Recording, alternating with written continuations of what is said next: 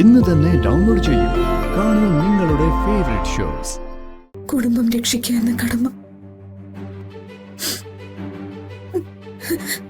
Sorry രഘുവേട്ടൻ, sorry. അമ്മേ,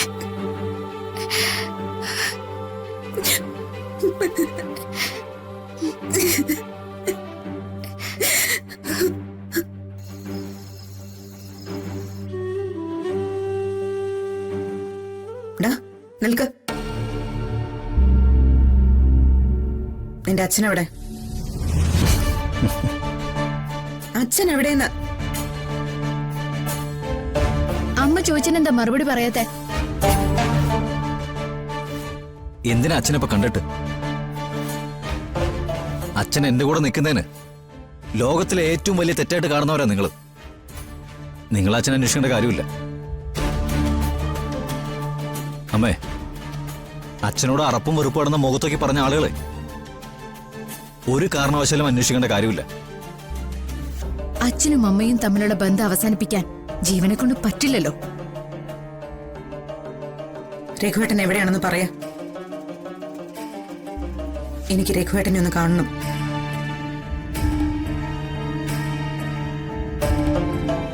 ഇവിടെ ഇല്ല, ദൂരെയാണെങ്കിലും എനിക്ക് ഫോണിൽ വിളിച്ച് സംസാരിക്കണം.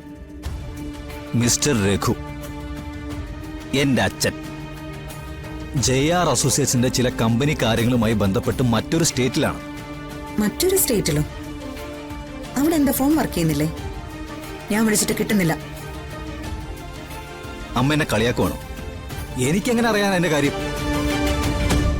അച്ഛനെ കോണ്ടാക്ട് ചെയ്യാൻ വേറെ നമ്പറുകളൊന്നുമില്ലേ? എനിക്കറിയില്ല. പിന്നെ ആർക്കാണ് അറിയാവുന്നത്? ആരെയാണെന്ന് വെച്ചാ നീ വിളിക്ക്. എനിക്ക് രഘുവേട്ടനോട് സംസാരിച്ചേ പറ്റൂ. പറ്റില്ല. I am really sorry. ചെയ്യാൻ പറ്റാത്ത കാര്യങ്ങൾ ഞാൻ ആരോടും ഓഫർ ചെയ്യാറില്ല. അല്ല, ഈ അന്വേഷണം എന്തിനാണെന്ന് അറിഞ്ഞാൽ കൊള്ളായിരുന്നു. പറഞ്ഞതൊക്കെ മറന്നു കളയാനും കോംപ്രമൈസ് ചെയ്യാനാണോ? എന്തിനാണെങ്കിലും നിനക്കെന്താ? ഓഹോ, എനിക്കെന്തിനാണെന്നോ? അമ്മയെ എന്നെ സംരക്ഷിക്കാൻ വേണ്ടിയ അച്ഛൻ എന്റെ കൂടെ നിൽക്കുന്നത്. അപ്പൊ അച്ഛനെ സംരക്ഷിക്കാനുള്ള ഉത്തരവാദിത്തം എനിക്കുണ്ട്.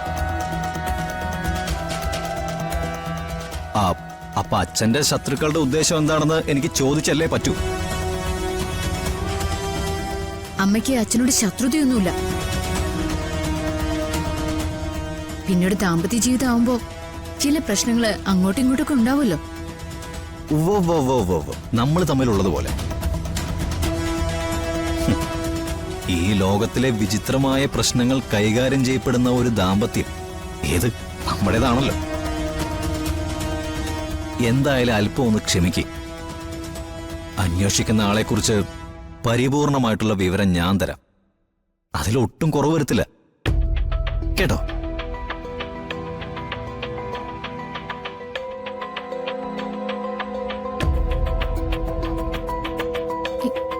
എന്താ അമ്മ ഇത്?